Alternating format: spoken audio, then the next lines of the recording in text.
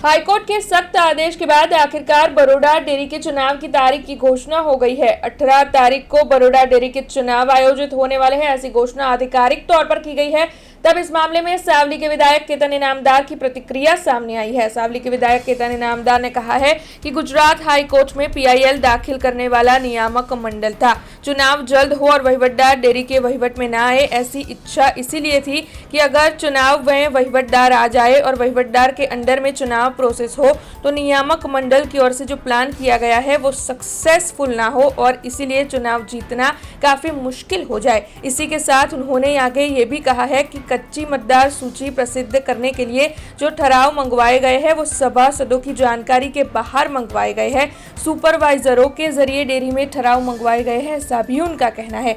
इसके मामले में आपत्ति को गंभीरता से लिया जाए, ऐसा भी उन्होंने कहा है। और साथ ही इस प्रक्रिया में पेटा नियमों का गलत इस्तेमाल हुआ है, ऐसा भी सावली के विधायक केतन इनामदार का कहना है। साथ ही उन्होंने ये भी कहा है कि इस चुनाव प्रक्रिया पर उनकी पूरी नजर रहेगी, क्योंकि ये डेयरी लाखों पशुपालकों की आजीविका का साधन है।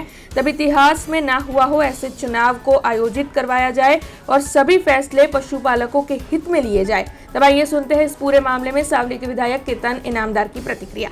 आज 18મી માર્ચે બરોડા ડેરીની ચૂંટણીની તારીખ ડિક્લેર થઈ છે ત્યારે નામદાર કોર્ટના આદેશ અનુસાર ચૂંટણી કરવાની હતી અને ચૂંટણી કરવામાં વિલંબ થતાં નામદાર કોર્ટે પણ ફટકાર વરસાવી હતી સરકાર ડિપાર્ટમેન્ટને. પણ સરકાર ડિપાર્ટમેન્ટને એને યોગ્ય કારણો પણ આપ્યા હતા કે ભાઈ આ ચૂંટણીનો વિલંબ થવાનું કારણ અધિકારી એટલે જે તે ડિપાર્ટમેન્ટ હતો બરોડા ડેરી પોતે જ છે એવું એફિડેવિટ પણ કરી આપ્યું હતું. તે છતાં પણ જ્યારે ચૂંટણી આવી છે અને ચૂંટણીની તારીખ ડિક્લેર થઈ છે તો હું ચૂંટણીની તારીખને ચૂંટણીને આવકારું છું.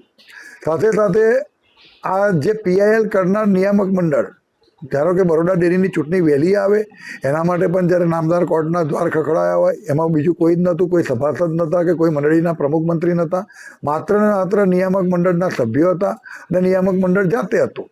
આ ચૂંટણી વહેલી આવે અને વહીવટદાર ના આવે એવી ઈચ્છા એટલા માટે રાખતા હતા કે જો ચૂંટણી કદાચ વહીવટદાર આવી જાય ને વહીવટદારના અંડરમાં ચૂંટણી પ્રોસિજર થાય તો એમને કરેલા જે પણ પ્લાન છે એ પ્લાન સક્સેસ ના જાય અને એમના પ્લાનમાં સક્સેસ ના જાય ને એમને ચૂંટણી લડવું અને જીતવું અઘરું પડી જાય.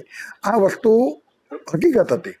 આજે જ્યારે ચૂંટણી ડિક્લેર થઈ છે નામદાર કોર્ટનો આદેશ આંખો પર, પણ આવનારા દિવસોની અંદર પશુપાલકોને સારી પસંદગી મળી શકે એવા ઉમેદવાર મળે અને પશુપાલકો જાતે એમનો મતદાર જાતે નક્કી કરી અને એમનો ઠરાવ જે અત્યારે મોકલ્યો છે એ કમિટીએ મોકલ્યો છે કે નહીં એની પણ ઝીણવટભરી તપાસ કરે અને જ્યાં પણ કંઈક ખરું ખોટું દેખાય તો એ ચૂંટણી અધિકારી તાત્કાલિક એના પર બ્રેક મારે એવી અપેક્ષા છે. ફરી એક વખત બરોડા ડેરીની ચૂંટણીમાં જે લડવા ઈચ્છતા તમામ ઉમેદવારોને હું શુભેચ્છા આપું છું અને સભાસદોના હિતમાં નિર્ણય લે એવા ઉમેદવાર આ ચૂંટણીની જંગમાં આવે અને ચૂંટણીમાં સારું પરિણામ લાવે એવી હૃદયથી શુભેચ્છા. हमसे जुड़े रहने के लिए हमारे YouTube चैनल को सब्सक्राइब करें और नई वीडियो की नोटिफिकेशन के लिए बेल आइकॉन को दबाएं।